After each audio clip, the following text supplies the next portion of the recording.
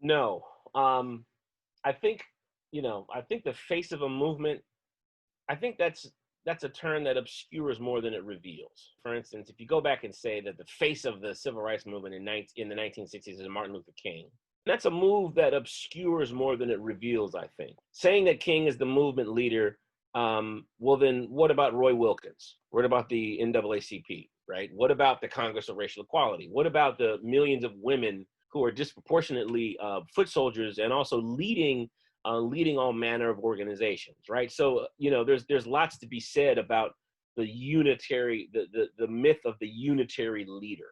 Because when you start thinking in terms of a unitary leader, you also start thinking in terms of, okay, well, the unitary leader is the person responsible for creating the agenda, for, like General Eisenhower planning out D-Day. Okay, this is what's going to happen. This is when you all parachute in. This is when you come up the beach. This is where you're going to eat. This is where, that's not how movements work, right? And we're deluding ourselves if we think that that is how movements work, right? King is the most prominent face of that moment.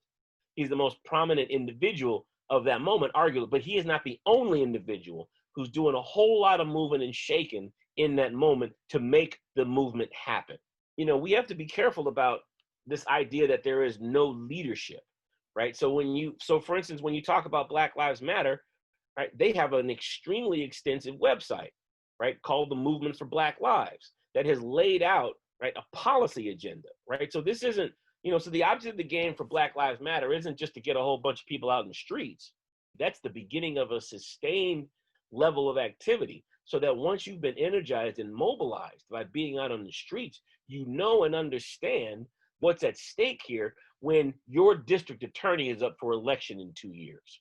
If you are mad about the way the cops are operating, well then, seems to me, you need to have a conversation with the mayor, who's responsible for hiring and firing the police chief, right? So we've got some cities now who have elected some Black Lives Matter, some pro-BLM district attorneys, right? Durham, North Carolina, Philadelphia, so we're starting to see some of the fruits of that labor. And so that's not labor that is being produced out of chaos, right? There is an agenda. And so it's incumbent upon us to familiarize ourselves with all of that machinery so that we can see the role, so that we can see a different type of leadership in play in this moment. To have a single national spokesperson for this movement requires that that person be anointed by somebody. Mass media, the existing political structure in Washington or whatever, have to decide that's the person we want to work with, that's the person we're going to negotiate with. That obscures more than it tells us, because King was the preferable person to work with, right? Christian background, minister, pacifist, but it ignores the role of Black Panthers, Huey Newton. It ignores the role of Malcolm X. It ignores the role of CORE. And all of these are pieces of that puzzle. And it is convenient and in some ways maybe moderating to have a single leader for the quote unquote establishment to interact with and bargain with.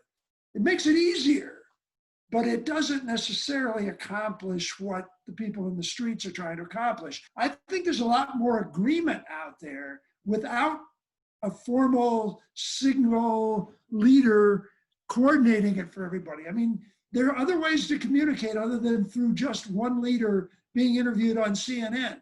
And that communication is occurring. It's just much more decentralized and much more organic than what we're used to. Let me follow up with that and talk to you all about a set of questions that I used to ask my students in my African American history survey course. First question I would ask is, who was the leader of Black America? And the names start to roll out, right? Al Sharpton, right? Jesse Jackson, right? Question mark, Barack Obama, right? Just sort of a bunch of the usual suspects. And then I asked my second question. Well, who's the leader of white America? And pretty soon the consensus is, oh, well, wait a minute. We can't answer that question, white people, there's too much political variance. We can't answer that question. So when I'm asking this question, when George Bush is president, I was like, well, wait a minute. Well, what about George Bush? George Bush is, he's the leader of the country. He's the leader of the free world. Isn't George Bush the leader of white America? And, no, he's not the leader of white America.